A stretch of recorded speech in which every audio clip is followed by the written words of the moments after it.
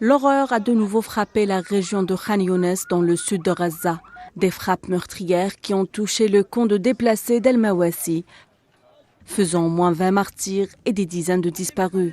Un camp qui pourtant fait partie de la zone humanitaire devait en théorie être sûr. Une escalade de plus dans le génocide sioniste perpétré envers les Palestiniens.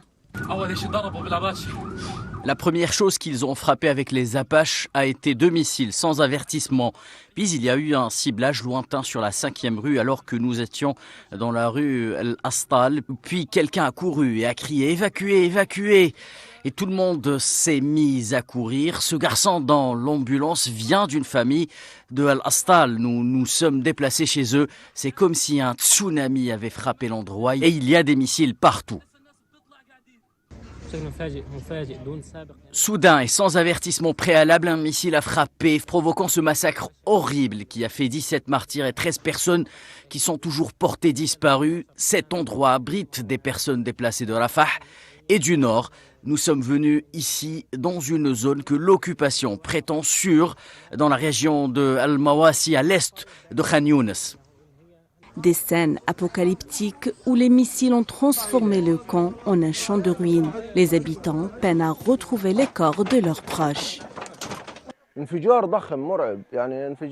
C'était une explosion énorme et effrayante. Chaque endroit s'est transformé en boule de feu. Nous n'étions pas conscients de la situation. Mon fils et moi avons été projetés. Nous avons volé dehors. Beaucoup de gens étaient à l'intérieur et sont morts. Qui sait si quelqu'un est sorti vivant de l'intérieur?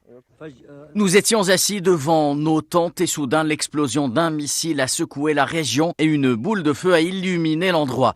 Quelques secondes plus tard, nous avons vu des restes de martyrs. Il s'agissait de femmes et d'enfants sans défense dans leurs tentes.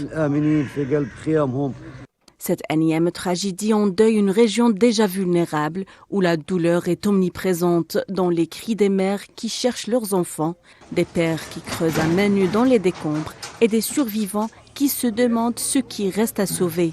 Car ici, à Al Mawassi, plus qu'ailleurs, on n'a même pas le temps de pleurer.